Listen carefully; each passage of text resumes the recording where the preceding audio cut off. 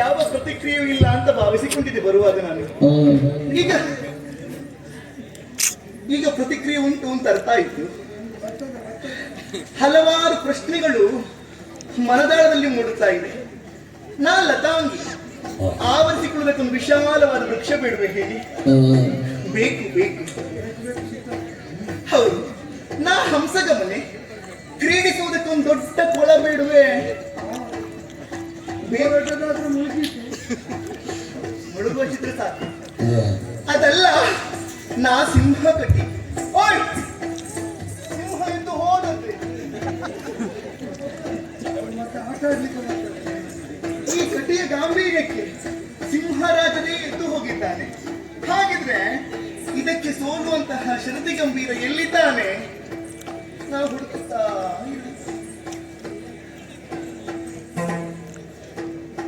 ಸಿಕ್ಕಿದ್ದ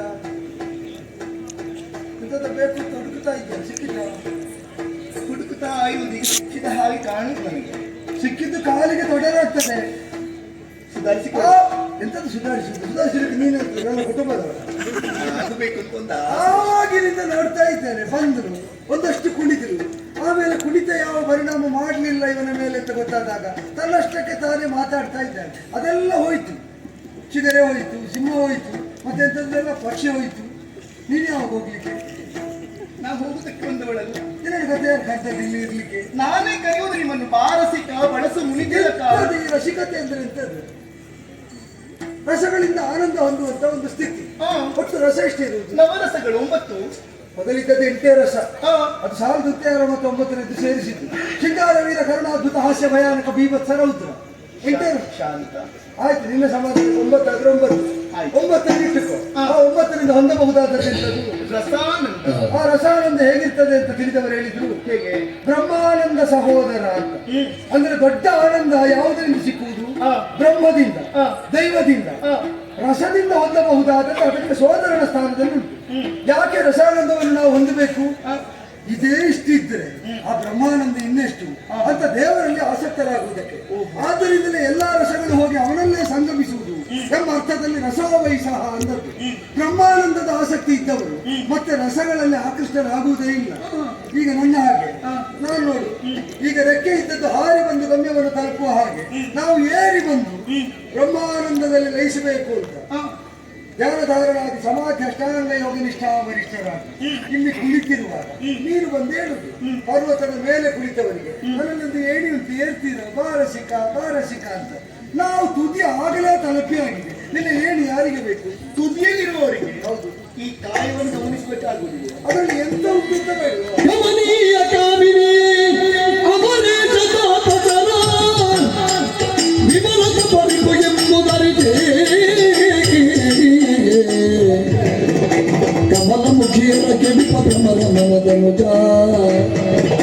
ಸಮರದಲ್ಲಿ ಸೋತಿರುವ ಚರಿತೆ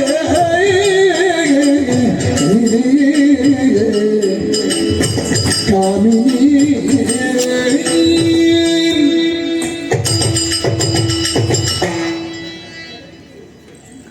ಈಗ ಹೋಗಿ ಬೀಳ್ತಾನೆ ಅಂತ ಭಾವಿಸ್ತದೆ. ನಿಂತಿರ್ತದೆ ಇಲ್ಲ, ಬೀಳುದಿಲ್ಲ ಹಾಗೆಲ್ಲ. ಅಲ್ಲ, ನಾನು ನಿನ್ನಲ್ಲಿ ಕೇಳಿದ್ದು ನಿನಗೆ ಯಾರದ್ದು ಇಂಥದ್ದು ಅಂತ ಪೂರದಿರಲಿಲ್ಲ. ಯಾರದ್ದು ಆಗ್ತದಲ್ಲ. ನಾನೆಂತದ್ದು ಹೇಳಲಿಕ್ಕೆ ತೊಡಗಿದೆ, ಇದು ಮತ್ತೆ ಕುಣಿಲಿಕ್ಕೆ ತೊಡಗಿದೆ. ನೀವು ಕುಣಿಯುವುದಿಲ್ಲ. ನಾನು ಕಾಮಿನಿ ಅಂತ ಕರೆದದ್ದೇ ಅದು ಬೀಗದ ಕೈ ಹಾಕಿ ತಿರುಗಿಸಿದಾಗೆ ಅದು ಮತ್ತೆ ತೊಡಗಿತ್ತು.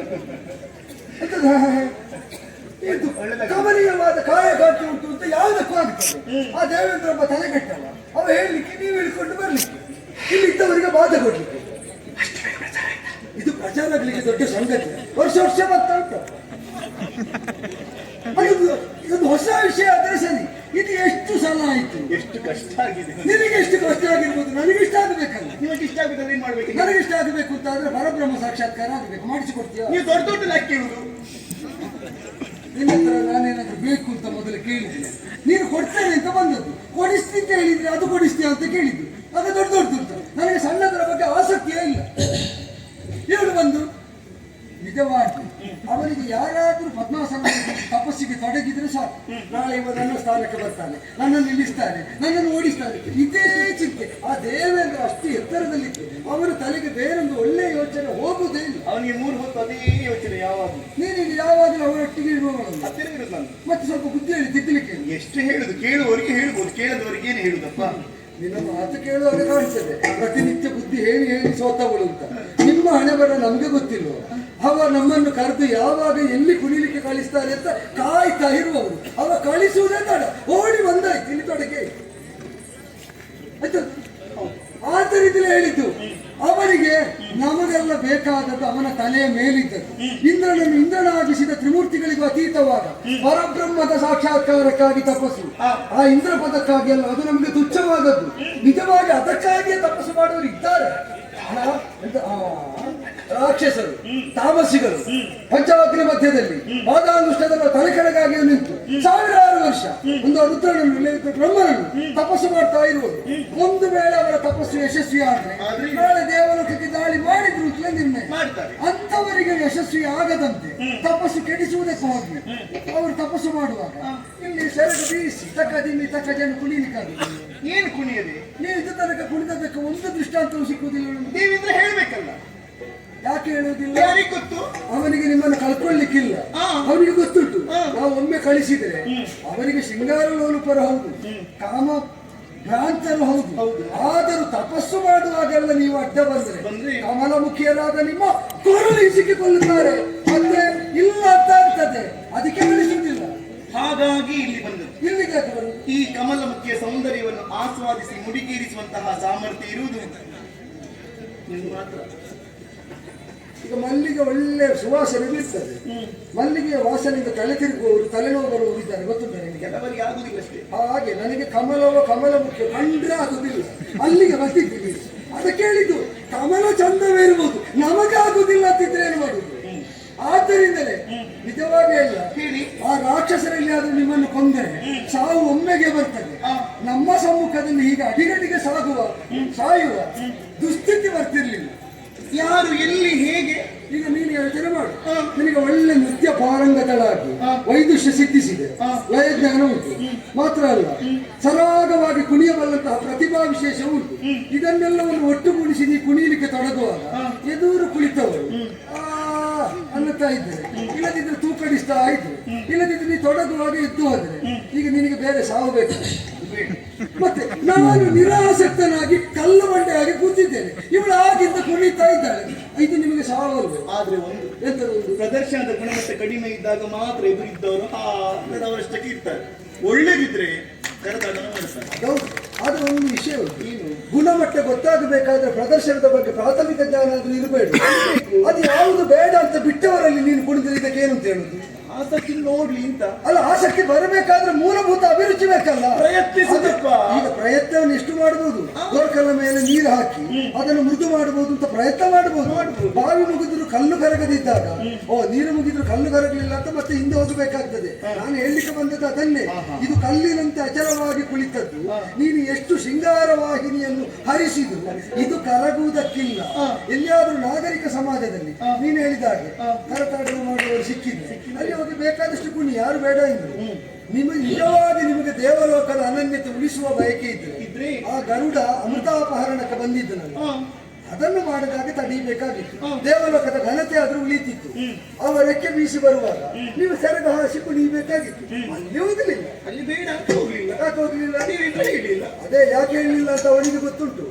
ಅವನಿಗೆ ಲಕ್ಷ್ಯದ ಕುರಿತಾಗಿ ಮಾತ್ರ ಗಮನ. ಅಮೃತಕ್ಕಾಗಿ ಬಂದ್ರೆ ಅದು ಬಿಟ್ಟು ಬೇರೆ ಯಾವುದನ್ನು ಅವರು ಗಮನಿಸುವುದಿಲ್ಲ. ಪಕ್ಷೀಂದ್ರನಿಗೆ ಅಷ್ಟು ಏಕಾಗ್ರತೆ ಉಂಟಾಗಿದೆ.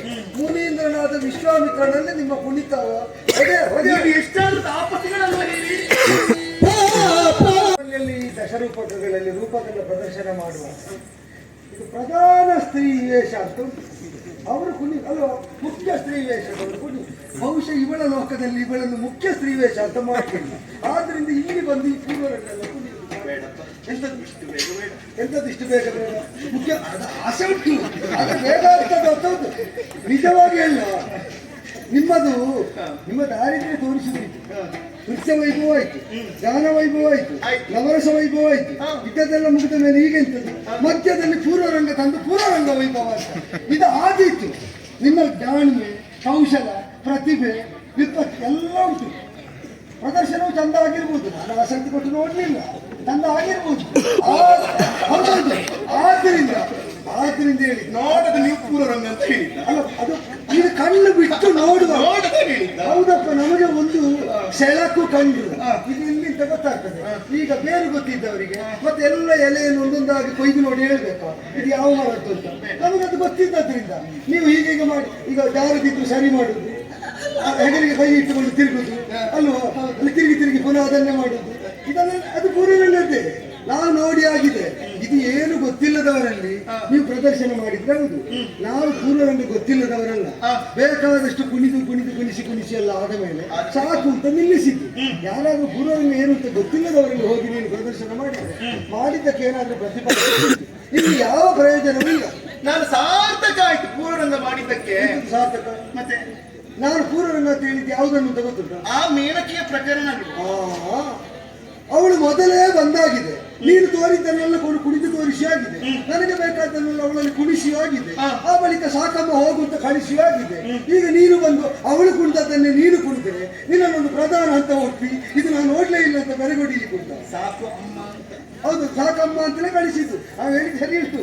ಆದ್ದರಿಂದಲೇ ಅಮ್ಮ ಅಂತ ಆದ ಮೇಲೆ ಸಾಕು ಅಂತ ಕಳಿಸಿದ್ದು. ಸಾಕು ಇನ್ನಾಗ ಹಾಗೂ ಹೇಳು. ಅವತ್ತು ಬಂದವಳು ಮೇನಕ. ಹೌದು. ಇವತ್ತು ಬಂದವಳು ಸಾಮಾನ್ಯ ವ್ಯಕ್ತಿ ಅಂತ ಭಾವಿಸಿಕೊಳ್ಬೇಡಿ. ಅಲ್ಲ, ಏನೇ ಇರ್ಲಿ, ಆ ನಾಕಗಣಿಕ ಅನೇಕದಲ್ಲಿ ಸುರವೇಶೆಯರ ಸಾಲಲ್ಲಿ ಯಾರೋ ಒಬ್ಬಳು ಅಷ್ಟೇ ಅಲ್ವ. ಅಗ್ರ ಭಕ್ತಿಯ ಕೊನೆ ಭಕ್ತಿ ಯಾರಿಗೆ ಬೇಕು? ನಾನಿಂತದ್ದು ಬಡಿಸಲಿಕ್ಕೆ ನಿಂತಿದ್ದೇನೆ. ಯಾವ ಭಕ್ತಿ ನಿಂತಿದ್ದೆ ನನಗೆ ಅಂತದ್ದು ನಾನು ಯಾರಂತ ಕೇಳುವುದಿಲ್ಲ. ನನಗೆ ಕೇಳಲೇಬೇಕು ಅಂತ ಆಗ್ರಹ ಏನಿಲ್ಲ. ನಿನಗೆ ಹೇಳಬೇಕು ಅಂತ ಏನಾದ್ರೂ ಉತ್ಸಾಹ ಇದ್ರೆ ಹೇಳ್ಬೋದು. ನಾನು ನಂಬ ಅದು ನಾನಾಗಿ ಹೌದೌದು. ನೀನು ನಂಬಲ್ವ? ನಾನು ಗೊತ್ತಿಲ್ಲದೆ ನಿನಗೆ ಹೇಳಿದಾಗ ಆಯ್ತು. ಹೌದಾ? ನಾರಂಭ ಬೇಡರಂಭ ಅಂತ ನನಗೆ ಗೊತ್ತಿಲ್ಲ ನಿನ್ನ ಹೆಸರು, ನೀನು ನಂಬೆ ಅಂತ. ಆದರೆ ನಿನಗೆ ಹೇಳಿದಾಗ ಹೇಳಿದ್ದೇನೆ ನಾರಂಭ ಅಂತ. ಅಂದ್ರೆ ಬೇಡರಂಭ ತೊಡಗು ಬೇಡ ಅಂತ ಹೇಳುದು. ತೊಡಗು ಬೇಡ, ನಂಬೇ ಬೇಡ ಅಂತ. ನಾರಂಭ ಅಂತ. ಹೌದಾ? ತಿರುಗಿಸಿದ್ರೆ ಎಲ್ಲ ತಿರುಗಿಸ್ಲಿಕ್ಕೆ ಆಗ್ತದೆ. ನನಗೆ ರಂಬೆ ಬೇಡ ಅಂತ, ರಂಬೆ ಅಂತ ಗೊತ್ತಿಲ್ಲದೆ ನಾನು ಹೇಳಿ ಆಗಿದೆ. ಹೌದಾ? ಇದು ದೇವೇಂದ್ರ ಕಳಿಸಿಕೊಟ್ಟಂತಹ ಬಳುವಳಿ ಸನ್ಮಾನ ನಿಮಗೆ. ಬಳುವಳಿ ಸನ್ಮಾನ ಗೌರವ ಅರ್ಪಣೆಯನ್ನು ನಾನು ಸ್ವೀಕರಿಸ್ತೇನೆ ಅಂತ ಯಾರು ಹೇಳಿದ್ದು? ಅದಕ್ಕೆಲ್ಲ ದೊಡ್ಡ ನಮಸ್ಕಾರ ಮಾಡಿ ನಮಗೆ ಅದರ ಸುದ್ದಿ ಬೇಡ ಅಂತ ತಪಸ್ಸಿಗೆ ಕುಳಿತವ. ನನಗೆ ಅವರಲ್ಲಿ ಹೇಳು, ವಿಷಾದ ಪೂರ್ವಕ ನಿನ್ನ ಬಳುವಳಿ ತಿರಸ್ಕರಿಸಿದ್ದೇನೆ. ಹೇಳಬೇಕಾದ ಅಗತ್ಯ ಇಲ್ಲ. ಮತ್ತೆ ಬರುವಾಗಲೇ ಹೇಳಿದ್ದ ಏನಂತ? ವಿಶ್ವಾಮಿತ್ರರು ಎಲ್ಲಿಯೂ ಸನ್ಮಾನವನ್ನು ಸ್ವೀಕರಿಸುವುದಿಲ್ಲ ಅಂತ. ಮತ್ತೆ ಗೊತ್ತಿದ್ದು ಕಳಿಸಿದ್ಯಾಕೆ? ಇದು ಹೇಗೂ ತಕೊಳ್ಳುದಿಲ್ಲ. ಅವರಲ್ಲಿ ಹೋಗಿ ನಮ್ಮದೊಂದು ತಕೊಳ್ಳಿ ಅಂತ ಹೇಳಿ ಅವ ಕೊನೆಗೆ ಬೇಡ ಅಂತ ಹೇಳಿದ ಮೇಲೆ ನಾವು ಕೊಡ್ತಿದ್ದೆವು, ಅವರು ತಕೊಳ್ಳಿಲ್ಲ ಅಂತ ಹೇಳಿ ಸುಮ್ಮನೆ ದೊಡ್ಡ ಜನ ಆಗುದು. ಈ ದೊಡ್ಡ ನೆಲೆಯಲ್ಲಿ ಅಷ್ಟೆತ್ತರದ ಲೋಕದಲ್ಲಿದ್ದವರಿಗೆ ಈ ಸಣ್ಣ ಬುದ್ಧಿ ಬಿಡುವುದಿಲ್ಲ. ಅವರು ಬೇಡ ಅಂತ ಗೊತ್ತಿದ್ದ ಮೇಲೆ ಯಾವ ಕರ್ಮಕ್ಕೆ ಕಳಿಸುದು? ಬೇಡ ಸನ್ಮಾನ ಬೇಡ.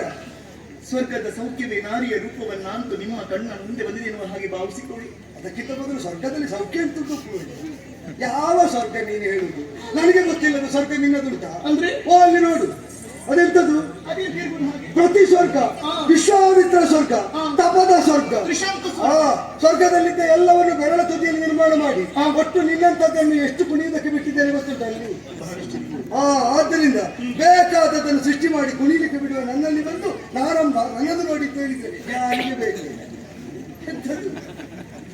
ಸ್ವಾಮಿ, ಅಲ್ಲಿ ಕುಣಿಸುವವರು ನೀವು. ಹೌದು. ಇಲ್ಲಿ ವ್ಯತ್ಯಾಸ ಇಷ್ಟೇ. ಎಂತದ್ದು? ನಿಮ್ಮನ್ನು ಕುಣಿಸಬಲ್ಲವಳು ನಾನೇನು? ನಿನಗೆ ಗೊತ್ತಿಲ್ಲ. ಆಟಿಕೆಯಲ್ಲಿ ಆಡುವುದು ಮಕ್ಕಳು, ಆಟಿಕೆಯನ್ನು ನಿರ್ಮಾಣ ಮಾಡುವವರಲ್ಲ. ಇಂಥ ಆಟಿಕೆಯನ್ನು ಬೇಕಾದಂತೆ ನಿರ್ಮಿಸಬಲ್ಲ ನಾನು ಆ ಆಟಿಕೆಯಲ್ಲಿ ಆಡ್ತಾ ಕೂತ್ಕೊಳ್ತೇನೆ ಅಂತ. ಇದರಲ್ಲಿ ಆಡುವ ಮಗುವೋ ಅಲ್ಲಿ ಉಂಟು, ದೇವೇಂದ್ರ ಅಂತ ಹೆಸರು. ಹೋಗಿ ಕುಡಿಸು, ಹೋಗು. ಬೇಡ, ಅದು ಬೇಡ. ನಾವು ಕೇಳಿದ್ದೇನೆ ತಾಪಸಾಂಬುಜ ದಿನಪ. ಏನಾಗಂದ್ರೆ ತಾಪಸಿಗಳು ಎನ್ನುವಂತಹ ತಾವರೆಯನ್ನು ಅರಳಿಸುವಂತಹ ಸೂರ್ಯ ನೀವು. ಹೌದು, ಅದಕ್ಕೆ ಏನಾಗಬೇಕು? ನನ್ನ ಮನಸ್ಸನ್ನು ಅರಳಿಸಿ. ನೀನು ಯಾವಾಗ ತಪಸ್ಸು ಮಾಡಿದ್ದು?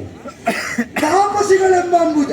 ಅವರು ತಪಸ್ಸು ಮಾಡುವಾಗ ಮಾರ್ಗದರ್ಶನ ಬೇಕಾದ್ರೆ ಅದನ್ನು ನೀಡಿ ಅರಳಿಸುವ ದಿನಪ್ಪ. ಸೂರ್ಯನಂತವನು ಅಂತ ಅರ್ಥ. ನರ್ತನಾಂಬುಜ ದಿನಪ್ಪ ಅಲ್ಲ. ನರ್ತಕಿಯನ್ನು ಅರಳಿಸಿದ್ರೆ ನನಗೆ ಕೆಲಸ ಅಲ್ಲ. ನಮಗೆ ಶಬ್ದ ಜ್ಞಾನ ಭಾಷಾ ಜ್ಞಾನ ಇಲ್ಲ ಅಂತ ವಹಿಸಿದ್ಯಾ? ನೀನು ಹೇಗೆ ಹೇಳಿದ್ರು ನೀವು ತಪಸ್ಸು ಮಾಡದಿದ್ರೆ ನಿನಗೆ ನಿಜವಾಗಿ ಅರಳಿಸಬೇಕು ನಾನು ಅಂತಿದ್ದೇನೆ. ಒಂದು 100 ವರ್ಷ ತಪಸ್ಸು ಮಾಡಬೇಕು, ಪ್ರಣವ ಧ್ಯಾನ ಮಾಡಬೇಕು. ಮಾಡಿದ್ರೆ ಯಾವುದನ್ನು ಪ್ರಣಯ ಅಲ್ಲ ಹೇಳಿದ್ದು, ಪ್ರಣವ ಧ್ಯಾನ. ಅದನ್ನು ಮಾಡಿದ್ರೆ ಮುಂದೆ ತಪಸ್ಸು ಮುನ್ನಡೆಸುವುದು ಹೇಗೆ ಅಂತ ಮಾರ್ಗದರ್ಶನ ಮಾಡಿ ನಿನ್ನನ್ನು ಅರಳಿಸುವ. 100 ಅಲ್ಲ 200 ಮಾಡ್ತೇನೆ ನಾನು. ನೀನು ಒಂದು ಗಳಿಗೆ ಮಾಡು, ಮತ್ತೆ ನೋಡು, ಒಂದು ಮುಹೂರ್ತ ಕಾಲ. ಅದೆಲ್ಲ ಆಗ್ಬೇಕಾದ್ರೆ ಏನ್ ಮಾಡ್ಬೇಕು ನಾನೀಗ? ಅದನ್ನು ಮಾಡಬೇಕಾದ್ರೆ ಪ್ರಣವ ಧ್ಯಾನ ಮಾಡಬೇಕು. ಅದಕ್ಕೆ ಬಾಧೆಯಾಗಿರುವಂತಹ ಆ ಹೊನ್ನ ಆಭರಣಗಳು, ಆ ಭಾರವನ್ನೆಲ್ಲ ಕಳತೆಯಲ್ಲಿ ಮೂಲೆಗೆ ಹಾಕು. ಆಮೇಲೆ ಅಲ್ಲಿ ಕುತ್ಕೊ. ಯಾರಿಗೆ ಯಾರಿಗೆ ಬೇಕು? ತಪಸ್ ಆದ್ರೆ ಅಷ್ಟಾದ್ರೂ ಭಾರ ಕಡಿಮೆ ಆಗುತ್ತೆ. ಏ ಚಿನ್ನ ಯಾವ್ದ್ರಿಗೆ ಬಿಸಾಡ್ತಾರೆ? ಇದು ಆ ಲೋಕದಲ್ಲಿ ಹೀಗೆ ಅಲ್ಲ, ಯಾವ ಲೋಕ ಆದ್ರೆ ಜಾತಿ ಹೆಣ್ಣು ಹೌದಾ, ಎದುರಿದ್ದದ್ದು ಚಿನ್ನ ಆದರೆ ಪ್ರಾಣ ಬಾಯಿಗೆ ಬರ್ತದೆ. ಅದಕ್ಕೆ ಹೇಳುವುದು, ಪ್ರಾಣಕ್ಕಿಂತ ಚಿನ್ನವನ್ನು ಹೆಚ್ಚು ಅಂತ ತಿಳಿದವರಿಗೆ ಅದು ತಾನಾಗಿ ಮೇಲೆ ಕೆಳಗೆ ಹೋದ್ರೆ ಪ್ರಾಣವೇ ಮೇಲೆ ಬರ್ತದೆ. ಅದಕ್ಕೆ ನಮ್ಮವರನ್ನು ನೋಡಿ ಕಲಿ. ಹೊನ್ನನ್ನು ಮಣ್ಣನ್ನು ಒಂದೇ ಅಂತ ತಿಳಿದವರಿಗೆ ಅದು ಮೇಲೆ ಹೋಗ್ಲಿ ಕೆಳಗೆ ಹೋಗ್ಲಿ, ನಾವು ಹೀಗೆ ಕೋರಿಕೆ. ಅದೀಗ ನೀವೆಲ್ಲ ನರ್ತನ ಮಾಡುವಾಗ ಇನ್ನೊಮ್ಮೆ ಅಂತ ಕೋರಿಕೆ ಬರ್ತದಲ್ಲ, ಅದನ್ನು ಹಾಗೆ ಕೇಳಿ ಅಭ್ಯಾಸ. ನಾವು ತಪಸ್ಸಿನ ಶೈಲಿಯಲ್ಲಿ ಸ್ವಲ್ಪ ಬದಲಾವಣೆ ಮಾಡಿಕೊಂಡ್ರೆ ಹೇಗೆ ಅಂತ ಅಷ್ಟೇ. ಗೊತ್ತಾಗಲಿಲ್ಲ ಏನು ಗುರು, ಹೇಗೆ ಗುರು? ನಾನು ಸಾವಿರಾರು ವರ್ಷ ತಪಸ್ಸು ಮಾಡಿ ಸಿದ್ಧಿ ಆಗಲಿಲ್ಲ. ಇಲ್ಲ, ನೀನೆಲ್ಲಿ ಆದ್ರೂ ಮಾರ್ಗದರ್ಶನ ಮಾಡಲಿಕ್ಕೆ ಗುರುವಾಗಬೇಕು ಅಂತ ದೇವೇಂದ್ರ ಕಳಿಸಿದೆ. ನನಗೆ ಗೊತ್ತಾಗಲಿಲ್ಲ ನಿಜವಾಗಿ ಅಂತದ್ದು. ಈಗ ಹಾಗೆ ನಾವು ಮಾಡಬಾರ್ದು. ನಾವು ಯಾಕೆ ನೀನು ಯಾರಿಗೆ ಕಲಿಸುದಿಲ್ಲ? ಅಲ್ಲ, ಯಾರಿಗಾಗ್ತದೆ ಒಳ್ಳೆದಿದ್ರೆ ಇಲ್ಲಿ ಯಾರು ಕಲಿಬಹುದು. ನಾವೊಂದು ಶೃಂಗಾರ ತಪಸ್ಸು ಮಾಡಿದ್ರೆ ಹೇಗೆ ಅಂತ. ವಾತಾವರಣ ಹೇಗೆ ಚಳಿ ಉಂಟು. ಇದಕ್ಕೆ ತಪಸ್ಸು ಮಾಡುವಾದ್ರೂ ಶೃಂಗಾರ ಬಿಡ್ಲಿಕ್ಕೆ ಆಗುದಿಲ್ಲ, ಮತ್ತೆ ಎಲ್ಲಿಂದ ತಪಸ್ಸು ಮಾಡ್ಲಿಕ್ಕೆ? ಈಗ ಶೃಂಗಾರ ತಪಸ್ಸು ಆಗಬೇಕಾದ್ರೆ ಯಾರ್ಯಾರು ಬೇಕು ಅಷ್ಟು ಗೊತ್ತಾಗುದಿಲ್ಲ. ಎಂತದ್ದು? ಗಂಡು ಹೆಣ್ಣು ಇಲ್ಲಿ ಉಂಟು. ನೀವೊಂದು ಪ್ರಾಯದ ಗಂಡು, ನೀನೊಂದು ಅನುಭವದ ಹೆಣ್ಣು ಅಲ್ವಾ? ಆ ಲೋಕದಲ್ಲಿ ತುಂಬಾ ಅನುಭವ ಇದ್ದ ಹೆಣ್ಣಲ್ವಾ? ಆದ್ರೆ ಒಂದುಂಟು, ಗಂಡು ಹೆಣ್ಣು ಬೇಕು. ಹೌದಾ? ಇಲ್ಲಿ ನಾವಿಬ್ರು, ಇಲ್ಲಿ ಗಂಡು ಹೆಣ್ಣಿಲ್ಲ. ಅಂದ್ರೆ ಇಲ್ಲಿರುವುದು 2 ಹೆಣ್ಣೆ. ಅದು ಹೆಣ್ಣು, ಇದು ಹೆಣ್ಣು. ನನಗೆ ಗಂಟೆ ವೀಸಿದ್ರೆ ನಿನ್ನ ಬಾಯಿ ಕಟ್ಟಿದ್ಬೇಕು. ಈಗ ನಿನ್ನಲ್ಲಿ ಕೇಳ್ತೇನೆ, ಕಟ್ಟಿದ್ರೆ ನಿನಗಿರುವುದಿಲ್ವ? ಅಲ್ಲ, ಕೇಳಿದ್ದೆ ನಾನು. ಎಂತದ್ದು? ಕಟ್ಟಿದ್ರೆ ಇರ್ತದೆ, ಕಟ್ಟಿದ್ರೆ ಇರುವುದಿಲ್ಲ. ಅದಕ್ಕೆ ಹೇಳಿದ್ದು, ಗಡ್ಡ ವೀಷ ನೋಡಿ ಹೆಣ್ಣು ಗಂಡು ನಿರ್ಣಯ ಮಾಡ್ಲಿಕ್ಕೆ ಆಗುದಿಲ್ಲ ಅಂದದ್ದು. ನಾನು ಬಿಟ್ಟದ್ದು, ಕಟ್ಟಿದ್ರೆ ನಿನಗಿರ್ತದೆ ಅಂದದ್ದು ನಾನು. ಈಗ ಬೇಡ, ಗಡ್ಡ ವೀಷ ಇದ್ದವರೆಲ್ಲ ಗಂಡಸಲ್ಲ. ನೀನಿರ್ತದೆ ನೋಡು, ನೀನು ನಿನ್ನ ಲೋಕದ್ದನ್ನು ಯೋಚನೆ ಮಾಡು. ಬೇಡ, ಗಡ್ಡ ವೀಷ ಇಲ್ಲದವರೆಲ್ಲ ಹೆಣ್ಣು ಮಕ್ಕಳ. ಕೆಲವರಿಗೆ ಉಳಿಸಿಕೊಳ್ಳುವ ಯೋಗ ಇರುವುದಿಲ್ಲ. ಯೋಗ ಇರುವುದಲ್ಲ, ಬಯಸಿ ಬೋಳಿಸುವುದು. ಯಾಕೆಂದ್ರೆ ಅದನ್ನು ಇಟ್ಟುಕೊಂಡ್ರೆ ನಮ್ಮನ್ನು ಕರಿಬೇಕಾದಲ್ಲಿಗೆ ಕರೆಯುವುದಿಲ್ಲ ಅಂತ. ಅದು ಯೋಗದ ವಿಷಯ ಅಲ್ಲ, ಬೋಳಿಸಿಕೊಳ್ಳುವುದು. ಈಗ ನಮ್ಮಲ್ಲಿದ್ದಾರೆ ಸ್ತ್ರೀ ಪಾತ್ರಧಾರಿಗಳು ಅಂತ, ನಾಟಕದಲ್ಲಿ ಯಕ್ಷರಿಗೆ ಪ್ರಿಯವಾಗುವ ಗಾನಾದಿಗಳಲ್ಲಿ ತೊಡಗಿಸಿಕೊಂಡರು. ಹೌದೌದು, ಅದೇ ಹೇಳಿದ್ದು ನಾನು. ಬೇಡ, ಅದೇ ಹೇಳಿದ್ದು, ವೇಷಧಾರಿಗಳ ಹಣೆಬರ.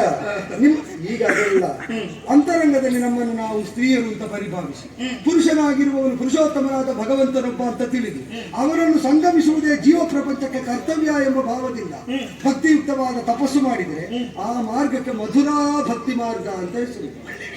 ಇದೆಲ್ಲ ಗೊತ್ತಾಗಬೇಕಾದ್ರೆ ಇಂಥ ಒಳ್ಳೆಯದು ತುಂಬಾ ಉಂಟು. ಆ ನಾರದರನ್ನು ಬೃಹಸ್ಪತಿಗಳನ್ನು ಕೇಳಬೇಕು. ಕೇಳುವುದಕ್ಕೆ ನಿಮಗೆ ಸಮಯ ಸಿಗಬೇಕಲ್ಲ. ಆ ಚಿತ್ರಸೇನಿಗೆ ಬಾಧೆ ಕೊಟ್ಟು ಮುಗಿಲಿಲ್ಲ, ಇನ್ನು ನಾರದರಲ್ಲಿ ಬೃಹಸ್ಪತಿಗಳಲ್ಲಿ ಯಾರು ಕೇಳಲಿಕ್ಕೆ? ನಮ್ಮ ಗುರುಗಳು ಕೇಳದೆ ಹೇಳಿಕೊಡುದಿಲ್ವಲ್ಲ? ಹೋಗಿ ಕೇಳಲಿಕ್ಕೆ ನಿಮ್ಮ ನಾಲಿಗೆ ಗೆದ್ದದ್ದು. ಕಾಮಧೇನು ಒಂದು ಮೆಟ್ಟಿದ ದೊಡ್ಡ ಶಬ್ದ. ದನ ಮೆಟ್ಟಿದಂತ ಕೇಳಿಲ್ಲ, ಕಾಮಧೇನು ಮೆಟ್ಟಿದ ಅಂತ ಕೇಳಿ. ಈ ಲೋಕದಲ್ಲಿ ಹಾಗೆ ಕೇಳುವುದು. ಈ ಲೋಕದ ಹೆಣ್ಣು ಯಾರಾದ್ರೂ ಇಲ್ಲಿದ್ದಿದ್ರೆ ನಾನು ಹಾಗೆ ಕೇಳ್ತಿದ್ದೆ, ನೀನು ನಾಲ್ಕಕ್ಕೆ ದನ ಮೆಟ್ಟಿದ ಅಂತ. ಸ್ವರ್ಗ ಲೋಕದಿಂದ ಇಳಿದು ಬಂದದ್ದಲ್ಲ, ಒಂದು ಮರ್ಯಾದೆಗೆ ಇರ್ಲಿ ಅಂತ ಕಾಮಧೇನು. ಹೌದು, ಅಷ್ಟೇ ಇರ್ಲಿ. ತಾಪಸಿಗಳಿಗೆ ಒಂದು ಜಿಜ್ಞಾಸೆ, ಬ್ರಹ್ಮ ಜಿಜ್ಞಾಸೆ. ನಿಮ್ಗೆ ಸಣ್ಣದು ಸಣ್ಣ ಇದು ಯಾವುದು? ಹೆಣ್ಣಿಗೆ ಮಕ್ಕಳಾಗ್ತದಾ ಅಂತ ಅಷ್ಟೇ. ಅದೀಗ ಮಕ್ಕಳು ಉತ್ತರಿಸಬಹುದಾದಂತ ಉತ್ತರ ಏನು? ಜಿಜ್ಞಾಸೆ ಏನು? ಗಂಡು ಹೆಣ್ಣಿಗೆ ಆಗುದು. ವಿಶ್ವಾಮಿತ್ರ ವೇದಕ್ಕೆ ಒಂದು ಹೆಣ್ಣು ಮಗುವಾಗಿದೆ ಅಂತೆ. ಹೌದಾದ್ರೆ ನೀವು ವಿಶ್ವಾಮಿತ್ರ ಅಲ್ವಾ? ಮತ್ತೆ ನಾನು ಹೆಣ್ಣು ಅಂತ ಹೇಳಿದ್ರು. ಅದು ವಿಶ್ವಾಮಿತ್ರ ಹಾಗೆ ಬಿದ್ದುಕೊಂಡು ಹಾಗೆ ಇರ್ತಾರೆ ಅಂತ ನಿಂಗೆ ಯಾರು ಹೇಳಿದ್ದು? ಪ್ರತಿ ಸಲ ಬರುವಾಗ ಒಂದೇ ವಿಶ್ವಾಮಿತ್ರನ? ಅದು ಹಳೆ ವಿಶ್ವಾಮಿತ್ರ, ಇದು ಬೇರೆ ವಿಶ್ವಾಮಿತ್ರ. ಅದು ಗಂಡು ಹೆಣ್ಣು ಒಂದಾದರೆ ಶಕುಂತಲೆಯನ್ನು ಹುಟ್ಟಿಸಬಲ್ಲ ವಿಶ್ವಾಮಿತ್ರ. ಅರ್ಥ ಆಗ್ತದ? ಇದು ಹಾಗಲ್ಲ, ಇದು ರಂಬೆಯೇ ಎದುರು ನಿಂತರು ಧಿಕ್ಕರಿಸಬಲ್ಲ ವಿಶ್ವಾಮಿತ್ರ. ಈಗ ನಿನ್ನೆಲ್ಲ ಕೇಳ್ತೇನೆ. ಈಗ ವಿಶ್ವಾಮಿತ್ರ ಮೇನಕೆಯನ್ನು ಸೇರಿದ್ರೆ ಮಕ್ಕಳಾಗ್ತದೆ. ಆದ್ದರಿಂದ ಗಂಡು ಹೆಣ್ಣು ಸೇರಿದಾಗ ಮಕ್ಕಳಾಗಿದೆ ಅಂತ ನೀನು ಹೇಳ್ತೀವಿ. ಈಗ ಅಪ್ಸರಾಂಗನೆಯರ ಘಟನೆಯಲ್ಲಿ ಗಂಡಸರು ಯಾರಾದ್ರೂ ಕುಣಿಲಿಕ್ಕೆ ಉಂಟ? ಹೆಣ್ಮಕ್ಳು ಕುಣಿಯುತ್ತೆ. ನೀನು ಕುಣಿತೀಯಲ್ಲ, ನಾನೇನ್ ಗಂಡ? ನಿನ್ನ ಲೋಕದಲ್ಲಿ ನಿನ್ನನ್ನು ಗಂಡು ಬೀರಿ ಅಂತ ಕರೀತಾರೆ. ಇಲ್ಲ ಅಲ್ಲ, ನಾನು ಕರೆಯುವುದಿಲ್ಲ. ನೀನೀಗ ಜನ್ಮಾಂತರದಲ್ಲಿ ಗಂಡು ಆಗಿರ್ಬೋದು ಹೆಣ್ಣು ಆಗಿರ್ಬೋದು, ಆ ಎಲ್ಲ ಅವಸ್ಥೆ ದಾಟಿ ಬಂದದ್ದಲ್ಲ. ಹಾಗೆ ವಿಶ್ವಾಮಿತ್ರ ಮೇಲಕ್ಕೆ ಅವಸ್ಥೆ ದಾಟಿದ ವಿಶ್ವಾಮಿತ್ರ ಇಲ್ಲಿಗೆ ಬಂದದ್ದು. ನೀನು ಅನೇಕ ಜನ್ಮದಲ್ಲಿ ಅನುಭವಿಸಿದ್ದೇನುಂಟು, ನಾನು ಒಂದೇ ಜನ್ಮದಲ್ಲಿ ಹಲವು ಸ್ಥಿತಿಗಳನ್ನು ಉತ್ತರಿಸಿ ಆಗಿದೆ. ಹೇಗೂ ಕೌಶಿಕನಾಗಿ ರಾಜಸ, ವಸಿಷ್ಠ ವಿರೋಧದಲ್ಲಿ ತಾಮಸ, ಆ ಬಳಿಕ ತಪಸ್ಸಿನಲ್ಲಿ ಸಾತ್ವಿಕತೆ, ಮಧ್ಯದಲ್ಲಿ ಮೇಲಕೆಯ ಶೃಂಗಾರ, ಹೀಗೆ ಅವಸ್ಥಾಂತರಗಳನ್ನು ಸ್ಥಿತ್ಯಂತರಗಳನ್ನು ದಾಟಿ ದಾಟಿ ದಾಟಿ ಹೀಗೆ ನಿರ್ಮಮತೆಯಿಂದ ನಿರ್ಮೋಹದಿಂದ ಇದೋ ತಪಸ್ಸಮಾಧಿಯ ಸ್ಥಿತಿಯಲ್ಲಿ ಪರಬ್ರಹ್ಮ ಸಾಕ್ಷಾತ್ಕಾರಕ್ಕೆ ಏಕಲಕ್ಷದಲ್ಲಿ ನಿಬದ್ಧವಾಗಿ ಅನ್ನಮಯ ಪ್ರಾಣಮಯ ಮನೋಮಯ ಜ್ಞಾನ ವಿಜ್ಞಾನಮಯ ಕೋಶಗಳನ್ನು ದಾಟಿ ಆನಂದಮಯ ಕೋಶ ಸ್ಥಿತನಾಗುವುದಕ್ಕೆ ಹೊರಟ ಯೋಗಿವ ಏನು. ಈಗ ಇದ ನಿಮ್ಮ ಆಟ ಯಾವುದು ನಡೆಯುವುದಿಲ್ಲ. ಬಾಗಿರ್ತೀರಿ ಯಾವುದ್ರದ್ದು ಬಗ್ಗೆ ಮನಸ್ಸು ಅದು ಹಾಕಿದ್ದು ಯಾವಾಗ ಅಂತ ಗೊತ್ತುಂಟು? ಮೇಲಕ್ಕೆಯನ್ನು ಕಳಿಸಿದ ಮೇಲೆ ಹಾಕಿದ್ದು ಯಾಕೆ ಅಂತ ಗೊತ್ತುಂಟು? ಇನ್ನು ಮೇಲಕ್ಕೆ ಅಲ್ಲ, ನಿನ್ನಂತದ್ದು 100 ಬಂದರೂ ತೆರೆಯುವುದಿಲ್ಲ ಅಂತ. ಒಂದು ಮಧ್ಯಂತರ ವಿರಾಮ ಇರಬಾರ್ದ? ವಿರಾಮ ಯಾರಿಗೆ ಬೇಕಾದ್ದು? ನಿನಗೆ ಕುಂತದ್ದು ನೀನು ಆಯಾಸ ಬೇಕು ಅಂತಾದ್ರೆ ಇದು ತೆರೆಯುವುದಿಲ್ಲ. ಅಲ್ಲಿ ಹೋಗಿ ಪಾರಿಜಾತ ವೃಕ್ಷದ ಬೇರಿಗೆ ತಲೆ ಇಟ್ಟು ಮಲಗು. ನಿನಗೆ ಬೇಕಾದ್ರೆ ಇಲ್ಲಿ ಸ್ಥಳಾವಕಾಶ ಇಲ್ಲ. ಬೇಕಾದವರಿಗೆಲ್ಲ ವಿಶ್ರಾಂತಿ ಧಾಮ ಅಲ್ಲ. 3 ಅಲ್ಲ 100 ಸಿಗಾಗುದಿಲ್ಲ, ಆಗುದೇ ಇಲ್ಲ. ಆಯ್ತು, ಬೇಡ ಬೇಡ, ಹೋಗು ಹೋಗು, ಬೇಡ, ಗೊತ್ತಾಗ ಬೇಡ ಬೇಡ ಬೇಡ ಬೇಡ ಬೇಡ ಬೇಡ ಬೇಕು ಅಂತ ಆಯ್ತು ಕಾಣ್ತದೆ. ಕಿರಿಕಿರಿ ಆದದ್ದು ಬೇಕು ಅಂತಾದದ್ದಲ್ಲ. ನಿನಗೆ ಇಲ್ಲೇ ಗದ್ದಲ ಮಾಡಬೇಕು ಅಂತಿತ್ತು. ನಾನು ಇಲ್ಲೇ ಅದು ಆ ಕಾಡಿನ ಗರ್ಭದಲ್ಲಿ ಹೊತ್ತು ಬೇರೆ ಕಡೆ ತಪಸ್ಸು ಮಾಡ್ತೇನೆ. ನೀ ಇಲ್ಲಿ ಬೇಕಾದ್ದು ಮಾಡಿಕೊಂಡು ಎಲ್ಲಿಗೆ ನೀನು ಇಲ್ಲಿಂದ ಹೋಗ್ತೀಯ, ನಾನು ಹೋಗಬೇಕು ಅಂತ ಕೇಳಿದ್ದು.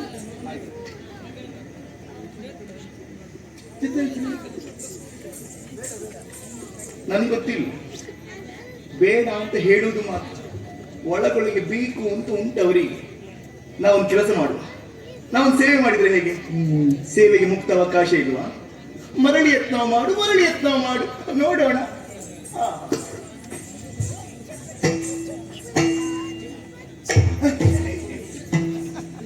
ಹೋಗ್ಲಿ, ನೀನು ಹೋಗ್ಲಿಕ್ಕೆ ಮೂರ್ತಿಗಳ ಮುನಿಯುವ ಆಟ ಆಟ ಅಂತ ತೊಡಗಿ ಬೇಚಾಟಕ್ಕೆ ಇಟ್ಟುಕೊಂಡಿತ್ತು.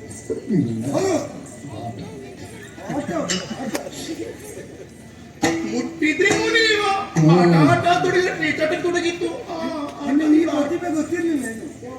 ಸರಾನುಕರಣೆ ಇಲ್ಲಾದ್ರೂ ಕುಣಿಲಿಕ್ಕಾಗದ ಸ್ಥಿತಿ ಬಂದ್ರೆ ನೋಡ್ರಿ, ಕುಣಿಲಿಕ್ಕೆ ಆಗದ ಸ್ಥಿತಿ ಅಂತ ಹೇಳಿದಾಗಲೇ ಹೆದರ್ತದೆ. ಇಲ್ಲ ಆ ಸ್ಥಿತಿ ಬಂದ್ರೆ ಆಗ ಈ ಸರಾನುಕರಣೆ ಮಾಡಿ ಆದ್ರೂ ನಿಮಗೆ ಭವಿಷ್ಯ ಉಂಟು ಅಂತ ಏನಾದ್ರು ಹೇಳಿದ್ರೆ ಧನ್ಯವಾದ ಬೇರೆ ಯಾವುದೋ ಭಾಷೆಯಲ್ಲಿ ಧನ್ಯವಾದ ಹೇಳಿದ್ದಾನೆ. ಅಬ್ಬ ನೋಡು, ಇವರಿಗೆ ಕಾಲು ಮುಟ್ಟಿದ್ರೆ ಆಗುವುದಿಲ್ಲ ಅಷ್ಟೇ. ಹೇಗೆ ಆಕರ್ಷಿಸಬೇಕು ನಂಗೆ ಗೊತ್ತಿರುವ ಹಾಗೆ ಮಾಡ್ತಾ ನೋಡೋಣ.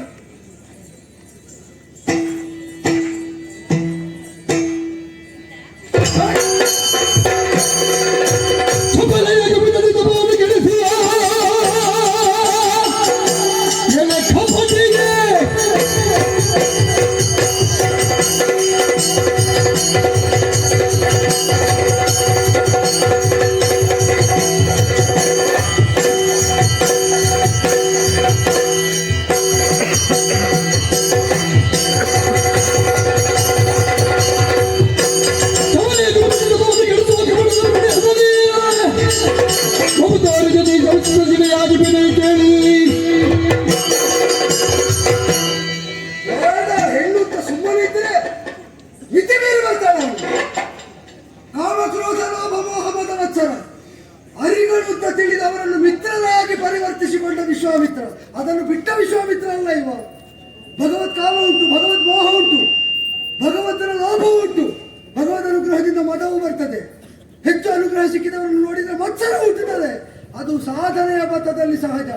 ಹಾಗೆ ಸಾಧನೆಗೆ ಭಂಗ ತಂದ್ರೆ ಕ್ರೋಧವು ಬರ್ತದೆ. ಹೆಚ್ಚು ಕಡಿಮೆ ಆದ್ರೆ ಮತ್ತೆ ಉದ್ಧಾರ ಆಗ್ಲಿಕ್ಕಿಲ್ಲ. ಗೊತ್ತುಂಟ ಹೋಗ್ತೇನೆ ಅಂತ ಹೇಳಿಕಲ್ಲು ಹೋಗೋದು. ಅದಕ್ಕೆ ಹೇಳುದು ಉಪಚಾರಿಕೆಲ್ಲ ಬೇಡ. ಇದೊಳಗೆ ಈಗ ಬಲೆ ತಂತ್ರ ಪುರುಷ ವಶೀಕರಣ. ಗೊತ್ತಾಗ್ತದೆ? ನನಗೆ ದೃಷ್ಟಿ ತೆಗಿಬೇಕು ಅಂತ ಹೇಳಿ ಕಳಿಸಿದ. ಸಿಟ್ಟು ಮಾಡಿದ ಚಂದ ಕಾಣ್ತಾರಲ್ಲ ಕೆಂಪಾಗಿ. ಅದು ಹಲ್ಲು ನೋಡಿದ್ರೆ ಎಷ್ಟು ದರಿದ್ರ ಕಾಣ್ತದೆ ಗೊತ್ತು.